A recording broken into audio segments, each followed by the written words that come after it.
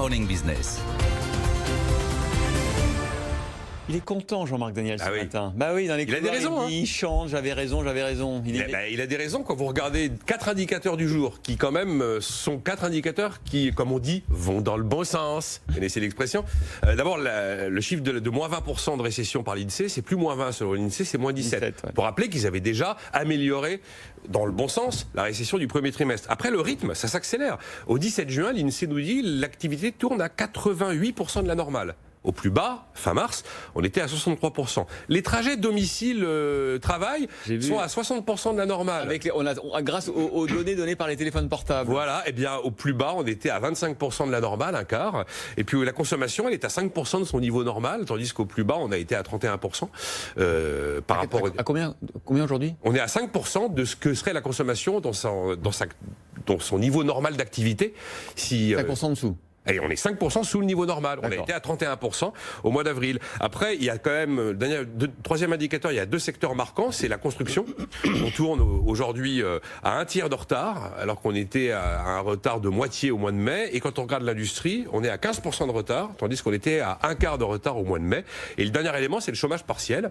Le nombre d'heures indemnisées par l'État a tout simplement été divisé par 2 comparé à avril. Et on avait là, mardi, les chiffres du site Hello Work qui constatait qu'il y avait une reprise du nombre d'offres d'emploi. Donc oui, on a quand même 4 éléments qui vont donner le sourire à Jean-Marc Daniel. Oui, pourquoi ? Parce que la courbe en V, vous y croyez toujours ? Ah mais plus que jamais, bon plus que jamais. Et je maintiens tout ce que j'ai raconté depuis le mois de mars, depuis la décision qui a été prise par le gouvernement de confiner l'économie. C'est-à-dire qu'il s'agit d'un choc totalement exogène. C'est-à-dire que c'est une décision de type politique prise par le gouvernement, quelle que soit la légitimité. Je ne vais pas analyser sur le fait de savoir s'il fallait ou non prendre cette décision. Mais cette décision a été prise. Une fois qu'elle est rapportée, l'économie reprend son mouvement naturel. D'autant plus que j'insiste sur 3 éléments. Le premier élément, encore une fois, c'est le fait que le capital physique n'a pas été détruit. Et donc, parler de « nous sommes en guerre », c'est absurde. Nous ne sommes pas en guerre.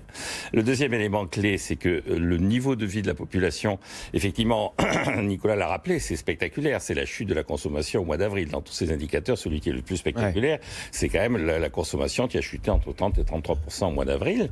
Et donc, cette consommation qui chute, même si les revenus ont baissé, ça a comme conséquence de laisser des revenus disponibles importants pour la population, qui peut donc effectivement revenir à un niveau de consommation qui est un niveau de consommation qui était celui d'avant la crise. Mais vous faites fi du fait que certains secteurs, moi je pense à l'aérien par exemple, sont différents après la crise qu'avant. Non, c'est le troisième élément que je trouve intéressant et sur lequel il faut surtout pas que les gouvernements s'en mêlent. C'est-à-dire l'idée qu'il faut faire des plans de relance, que la crise est devant nous. Tout ça, c'est des idées pour lesquelles les keynésiens essaient de refiler des idées anciennes qui ne marchent pas et qui n'ont jamais marché. Donc, toutes ces idées... En revanche, il y a des secteurs qui, effectivement, vont être amenés à changer un peu leur type de comportement.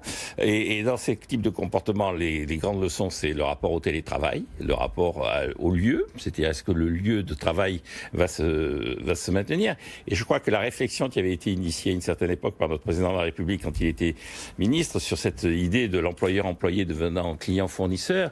Employeur-employé, les gens sont au même endroit. Client-fournisseur, les gens n'ont pas besoin d'être au même endroit. Et donc, il y a une vraie réflexion de long terme à mettre en place. C'est là-dessus qu'il faut réfléchir plutôt que d'analyser de façon infinie le bilan de la Banque centrale en se demandant sur quelle ligne il faut mettre telle ou telle somme. Le deuxième élément, c'est qu'il y a effectivement, éventuellement, message des comportements qui peuvent évoluer. Le transport, le tourisme.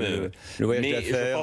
je pense que les évolutions de long terme, qui seront plus marquées par la démographie, par l'âge moyen des populations, étaient déjà en train de se mettre en place. Et que là, à l'horizon de l'été, l'impact, effectivement, sera toujours lié aux décisions de maintien d'une forme de confinement ou d'une maintien d'une forme de rigueur dans les normes sanitaires.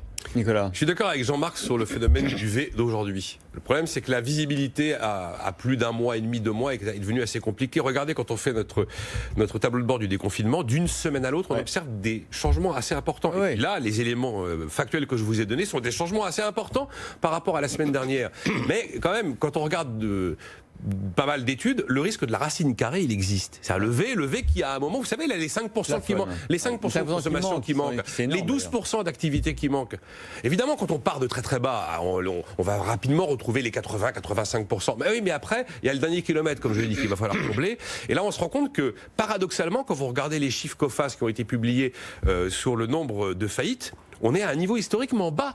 Aujourd'hui, quand vous regardez le nombre de plans sociaux actuellement dégainés, on est à un niveau historiquement bas aujourd'hui. Parce que tout ça est encore sous perfusion d'argent public, avec finalement une espèce d'équilibre artificiellement conservé.